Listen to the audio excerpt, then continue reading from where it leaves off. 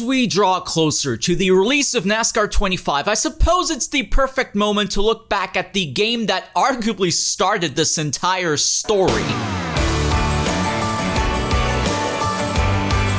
Back before iRacing came to be, or Electronic Arts decided to acquire the exclusive rights to the sport, Papyrus managed to release the pinnacle of stock car sim racing, NASCAR Racing 2003 season, or NR2003 for short. Though with the looming arrival of a new NASCAR game, should you give this legendary title a crack in 2025? Let's find out.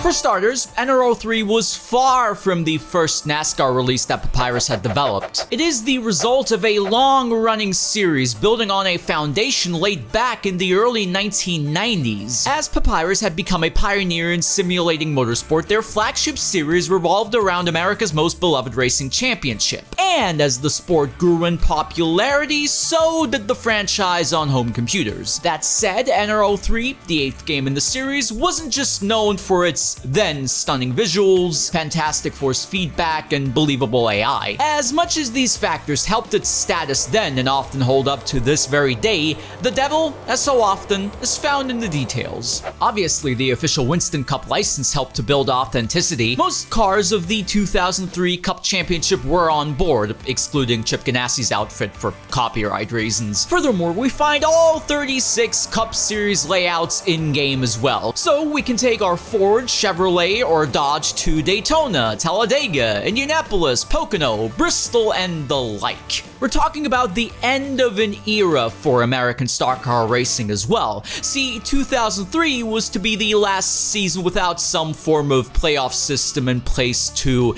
improve the championship chase. Stars like Jeff Gordon, Mark Martin, Kevin Harvick, Tony Stewart, Jimmy Johnson, or Dale Earnhardt Jr. would battle week in, week out, beaten and banging.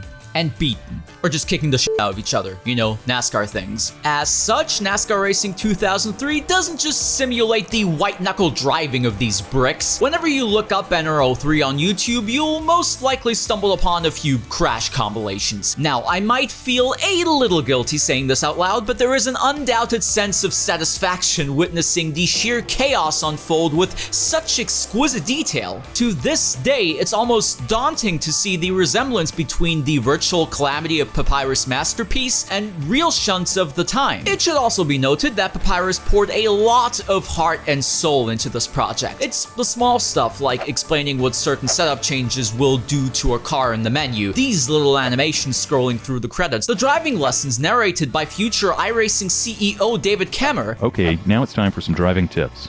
The first one is very simple. Don't go too fast. Still, if NR2003 was just an excellent simulation for its time, why do many fans cling on to it to this very day?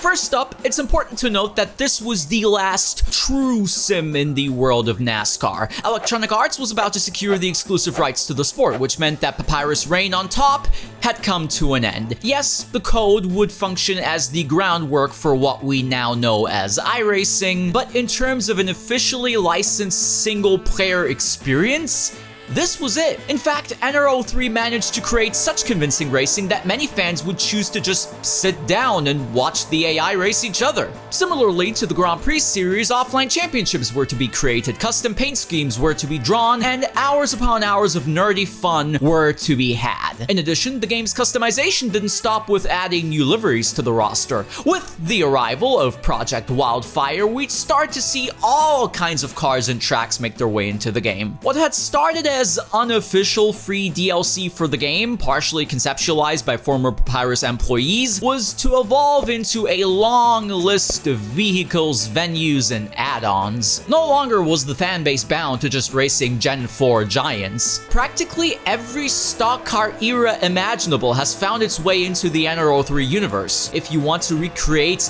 any scenario from NASCAR history, chances are you're going to be able to do so. Let's take the 2006 2007 Daytona 500 as one example. This is one of the very few 500-mile races that were broadcast live on German TV at the time. It marked one of the greatest photo finishes in NASCAR history and saw Kevin Harvick clinch victory ahead of veteran racer and Viagra enthusiast Mark Martin. Big crash, here they come, checkered flag, Harvick! And as Mark Martin is one of my all-time favorite NASCAR drivers, I'd like for him to win this 500-mile event. Racing the AI around one of the sport's most iconic venues is great on its own. They're active, they try to get past you, they blow up, they bump into each other, or draft down the straight at 200 miles an hour. As popular as NASCAR is, you won't find many games that provide such consistent single-player racing on superspeedways. The same is true for short tracks like Bristol or speedways a la Atlanta. But depending on how much time we're willing to spend with the game, we can tune it to our very liking and avoid some quirks. Who needs the game's stock Daytona with its superior bottom lane when we can download an improved version for the exact year we're running? We can tinker with the AI as well to either rein them in a bit and prevent any catastrophes, or just do the opposite and see what happens. If we're feeling really frisky, we can chuck the unpopular restrictor plates out of the cup cars. Or we can change the driver ratings in an external piece of software to create an even more authentic 2007 experience. Replicating their positions in qualifying should be no problem thanks to the save game editor. We can put in our very own spotter pack to heighten the feeling of racing a 750 brake horsepower tractor. Coming to the green, buddy, coming to the green. Let's go get him. Aspiring TV directors can add a live ticker resembling the broadcasts of Fox, NBC, or ESPN, as well as change camera angles with a variety of community-created tools. Sure, we might still encounter a few issues with the AI, like not being able to lap traffic particularly well, or making Valtteri Bottas' traffic management look sensible. Nonetheless, once the race gets going and you've tweaked the settings to your liking, you will be drawn into the sensation bit by bit.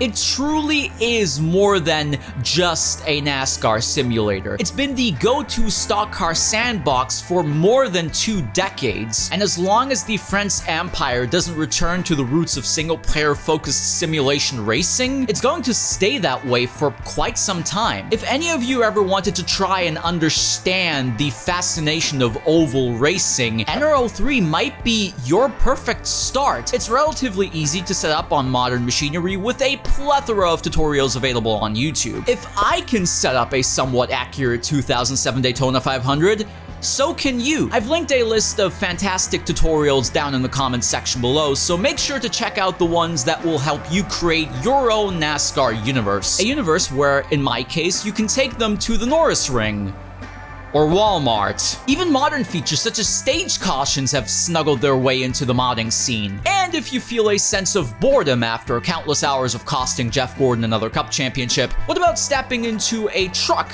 an Xfinity car, or a sports car? Papyrus didn't just build one physics set for their final NASCAR game. In fact, they built 4 of them, serving as the basis for many more modding projects. From Formula 1 to DTM, from world sports cars to modifieds, Indy cars or late models, the premier class of American stock car racing is just the very tip of the proverbial iceberg. So don't worry, my dear European racing enthusiasts, Papyrus didn't solely excel at providing a proper oval racing experience, as proven through IndyCar Racing 2 or Grand Prix Legends. Those that are willing to tame hefty beasts on road courses such as Sonoma or Watkins Glen will find another thrilling challenge to tackle. It might not be everybody's cup of tea, however, let's just say that in the process of making this video, I might have found myself running countless laps around the Glen with my Chevrolet Monte Carlo. As for the modded content, sports car projects like Redline GTP or the touring car releases like TPTCC provide a wonderful way to dig deeper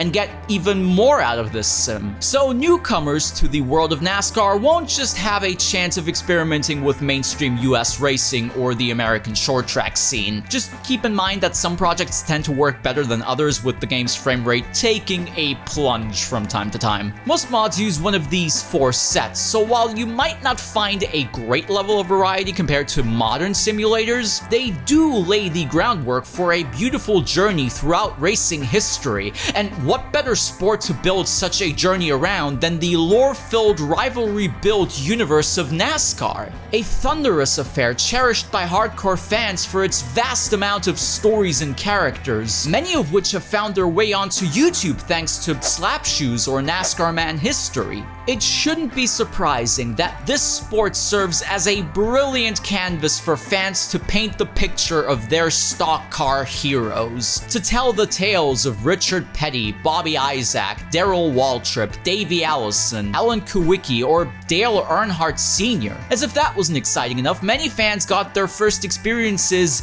literally painting cars thanks to the Papyrus Classic. Exporting and importing textures was a prominent feature of the base game, so even untalented clowns like this girl can race around with their very own paint scheme. Custom career modes have been a staple of the community for a long time as well. Ever wondered what NASCAR might look like if Dale Earnhardt Sr. hadn't died in 2001? What if a fan turned the world of stock car competition into a cinematic experience? Or what if a British rookie were to take on the established guard and crash into them from time to time? Storytelling was and still is a huge part of the myth surrounding NR2003 and NASCAR in general. There might be no better game in the realm of sim racing to go and write your very own. No matter what NASCAR 25 may or may not become, it will not replace NASCAR Racing 2003 season as the ultimate stock car sandbox anytime soon. That isn't to say it needs to be. As much as people adore this sim, there isn't anything resembling a proper career mode. NASCAR Thunder and Dirt to Daytona would take the helm in that department in the early 2000s. And while online racing used to entertain real-life drivers like Denny Hamlin or Dale Earnhardt Jr., that crowd has mostly turned to the world of iRacing. Yet, if you're looking for a cheap, charming, variable way of entering the absurd world of redneck racing, NR2003 is your go-to game. For the record, you can still race NR2003 online, though my last experiences with that have been a mildly confusing cavalcade of BS. What do you think? Are you gonna keep playing NR2003 beyond this year? Let us know in the comments below. Until then, thank you for watching. Huge shout out to Super Gazelle for helping me out with the script. If you enjoyed the video, don't forget to like and subscribe, and as always, boogity boogity boogity, keep racing. Bye bye. We'll be